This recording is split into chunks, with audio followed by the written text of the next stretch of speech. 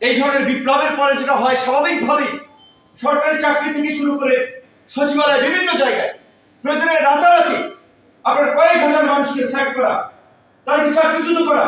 কয়জন মানুষকে চাকরিচ্যুত করেছে, কয়জন মানুষের বিরুদ্ধে ব্যবস্থা নিয়েছে, আবার ব্যবস্থা নিবে কি? ব্যবস্থা নিতে গেলে দেখা যায় বিভিন্ন রকমের তদবির সুপারিশ। আমরা যারা ফ্যাসিবাদের বিরুদ্ধে কথা বলছি, আমি দুঃশাসনের অবসানের বিরুদ্ধে লড়াই করেছি, আওয়ামী লীগের নিষিদ্ধের কথা বলছি, তারাই তলে তলে দল ভারী করার জন্য আওয়ামী লীগের লোকজন নিচ্ছি। এই আওয়ামী লুটেরা তন্ত্রের সহযোগী মাফিয়া এবং দুর্বৃত্তদেরকে সহযোগিতা করছি, পৃষ্ঠপোষকতা করছি। কারণ তাদের টাকা লাগবে। সরকারের লোকেরা দল বানাতে চায়, ক্ষমতায় যেতে চায়, আওয়ামী দুর্বৃত্তদের সহযোগিতা নিয়ে দল বানাতে চায়, ক্ষমতায় যেতে চায়। আওয়ামী দুর্বৃত্তদের অর্থ সম্পদের যদি তাদের নেতাকর্মীদেরকে দিয়ে সেভ করাতে চায়, সেটি খুব পরিণতি ভালো হবে না। আন্দোলন আমরা করেছি, লড়াই আমরাও করেছি। এই গণ অধিকার পরিষদ হতে পারে একটি ছোট্ট সংগঠন, সারা বাংলাদেশে আছে কাছে গণ অধিকার পরিষদের বার্তা পৌঁছে গেছে। শেখ হাসিনার সময়ও আল রাজি কমপ্লেক্সের চিপায় অফিস নিয়েছিলাম, পতনের পরেও কিন্তু এখনো আল রাজিটি আছে। আমাদের অবস্থা কিন্তু পরিবর্তন হয় নাই, অনেকের হইল। আপনারা তো যারা নিউজ কভারেজ করেন তারা জানেন আমাদের অফিস কিন্তু ওইখানে আছে। অনেক নেতৃবৃন্দ বলে যে কত দলে কত কি ভাই আপনি কি নেতা, একটা অফিস টফিস এখন পর্যন্ত নিতে পারলেন না, করতে পারলেন না। আমরা সুবিধার জন্য লড়াই সংগ্রাম করি।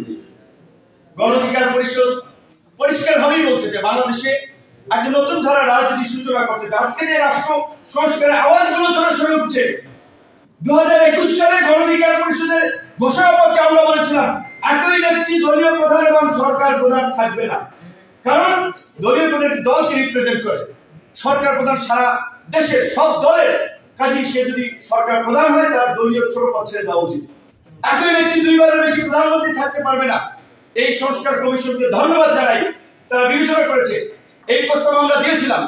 পৃথিবীর সবচেয়ে শক্তিধর রাষ্ট্র মার্কিন যুক্তরাষ্ট্রের প্রেসিডেন্ট এবং সেখানকার মেয়াদ 4 বছর।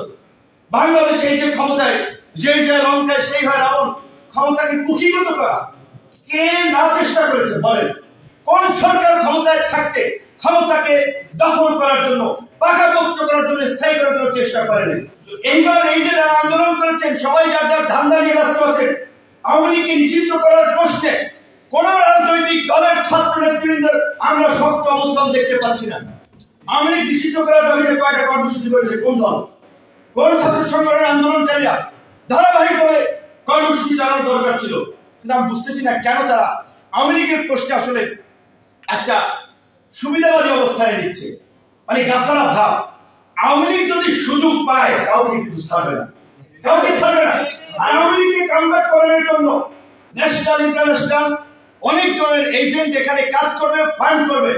কাজী ছাত্র নেতৃবৃন্দ থেকে শুরু করে সমস্ত রাজনৈতিক দলগুলোকে বলবো আওয়ামী লীগের প্রশ্নে আপনাদের অবস্থান পরিষ্কার করেন। আওয়ামী লীগের